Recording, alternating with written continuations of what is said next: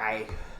Life can never, in any possible way, gain anything of value from coming into existence. Life can never, in any possible way, gain anything of value from coming into existence. I think that's a mantra worth repeating because it's a fairly simple idea that is the foundation of a great many insights into the nature of reality. Now, why then can life not possibly gain anything of value from coming into existence? You're no doubt wondering if you disagree with that stance. Or else you're perhaps thinking something more like, well, that's not true, dumbass. Either reaction is fine, really. Throughout my speech, I strongly suspect there will be a great many instances in which I believe I've proven something to be true, and I believe I've explained to you exactly why I'm correct, and you disagree completely. I think that's just sort of how humans work. Quite often, in my experience, to one person the sky can be blue, and to another person the sky is purple, and they'll both believe they're 100% correct, and the other person either an idiot or lying. So it's perfectly fine if your reactions to some stances of mine, I believe I've proven to you to perceive me as being an idiot, on drugs, lying, delusional, or perhaps brainwashed by a cult somehow.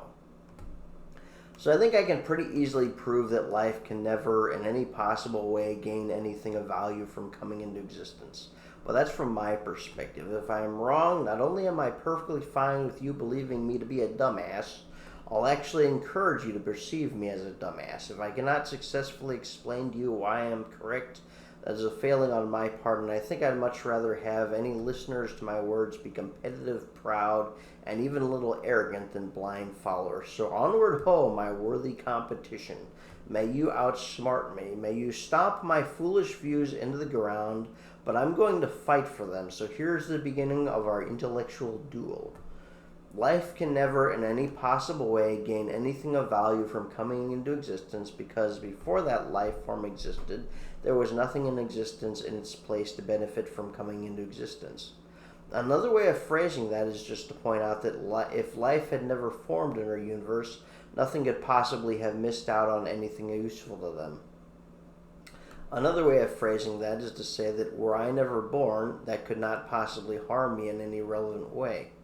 Yet another way of phrasing that is to say that if my mother had had an abortion of me when I was a fetus, before I could experience pain, that could not possibly have harmed me in any relevant way, at least unless we believe the soul of a fetus could be harmed by that somehow. I would argue that's some pretty hazy guesswork, though, that we're best off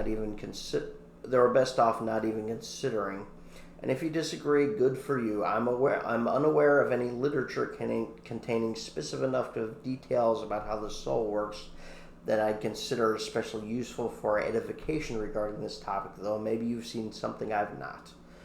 So then, why is the death of a fetus that can't experience pain no different than me never having existed? Because the fetus loses no more from death if the death is painless than I would lose from never having existed. When we're thinking about potential reasons to not get an abortion, in my view, the pregnant woman's opinion on that topic is of course quite important, but I'd like to move past that and rather focus the discussion on what might help or harm the developing embryo or fetus, because I don't think that's nearly as obvious to everyone as the fact that women typically like to have control over their bodies. So if I am to argue that a painless abortion is a bad thing for the fetus, I have a few possible routes I can go.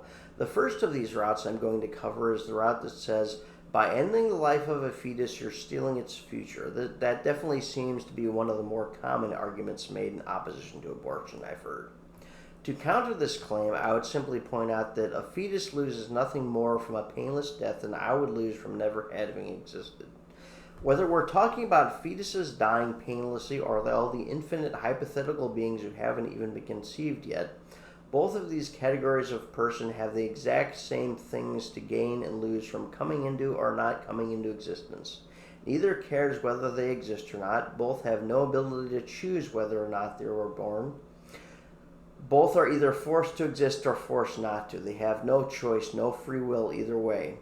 Therefore, so long as we ignore the possibility that the soul of a fetus is somehow harmed through an abortion, which I'd argue would involve so much guesswork that it's not worth considering, if you believe abortion is wrong because it steals away the future of the fetus, You must also believe that every second that goes by without a woman being pregnant is harming one of the infinite hypothetical children that have never even been conceived yet, which I'd argue is incredibly irrational. There are, of course, people who prefer for women to be frequently pregnant, but I doubt many of those people want that to be the case out of concern for some kind of hypothetical, not yet conceived children who might be harmed by that somehow. They're rather doing that for reasons of tradition or religious reasons, or because they just don't like contraception, or because they want big families, which in part of the world is done for strategic reasons and circumstances in which one's children are essentially one's retirement plan, and that you need plenty of kids to care for you in your old age. Not many people are thinking, I want to have a baby, or I want my wife to have a baby because it'll harm some non-existent entity to not have a baby.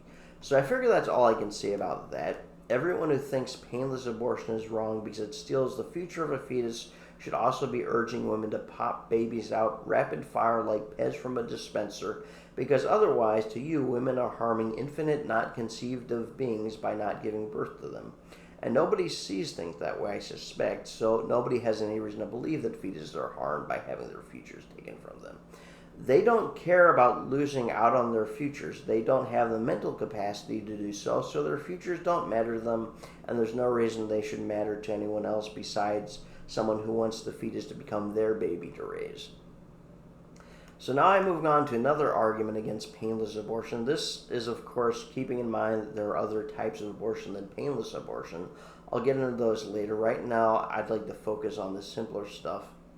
So sometimes people will just argue that ending the life of a fetus is simply objectively wrong, just because it is in their mind. I think that there's a pretty simple refutation of that, much more simple than my previous refutations. It is not possible for anything to be wrong just because it is. I cannot say anything is wrong just because it is while saying anything rational. Part of that is because even if something can be just wrong as a universal tenet, nobody has any way of arguing that point to anyone who disagrees with them. So it's not worth stating that position in the first place. Second, they don't have any possible way of knowing those things they believe are just flat out wrong either, which means they've just arbitrarily decided those things are wrong. They've used lizard-like impulsive thought process not rooted in sensible reasoning. To be consistent with that reasoning, I could argue that I think it's objectively good as a universal tenet to drink nitroglycerin and do jumping jacks and blow myself up. So every time someone claims that anything is just universally good or bad just because it is, those people are full of it. They need some kind of stronger reasoning process behind their views, or else their reasons for viewing their moral code as good won't make any sense. Like, for example, a better moral code would be rooted in something like hedonism. That's just one example, but at least if I argue that we should do things that are pleasurable, there are reasons to follow that moral code beyond me just saying we should, because pleasure feels good. So if anyone claims abortion is wrong just because it's objectively morally wrong, and that's the extent of their opinion, whether they're arguing that human life is inherently sacred or ending life is inherently a bad thing, they're full of it. They're full of it for the exact same reason I would be full of it if I told you it's objectively morally good to drink nitroglycerin and do jumping jacks to blow myself up. Either way, you need some kind of stronger reasoning process to explain why your moral code makes sense, or nobody has any reason to follow it.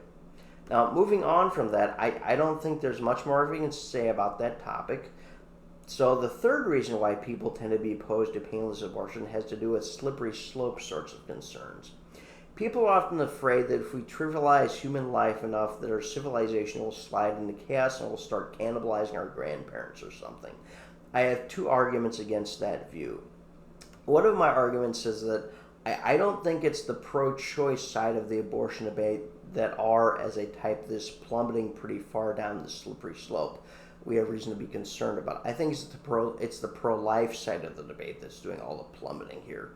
If you believe abortion is wrong because of some more destructive cultural trends that could lead to in the future, and that reasoning of yours leads you to want abortion banned before fetus can experience pain, you're already wanting laws made that cause nothing but harm right now due to fears of future events. You're the one sliding down the slippery slope here. Your fears of future consequences are leading to modern harm. So it's kind of like how the old saying goes, a bird in the bag is worth two in the bush. You're pointlessly screwing people over now.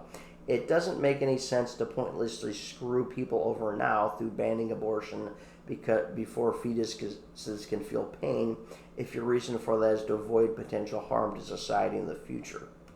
My second argument is that I do not see banning abortion before pain can be experienced by the fetus as logical if we teach society and if we teach society to be logical and make logical laws, it stands to reason that we'll continue to be logical in the future. If we don't, if we ban abortion before pain can be experienced, I see that as illogical. If we build our laws around such principles and teach our society to think that way, I see societies likely to continue to be illogical in the future.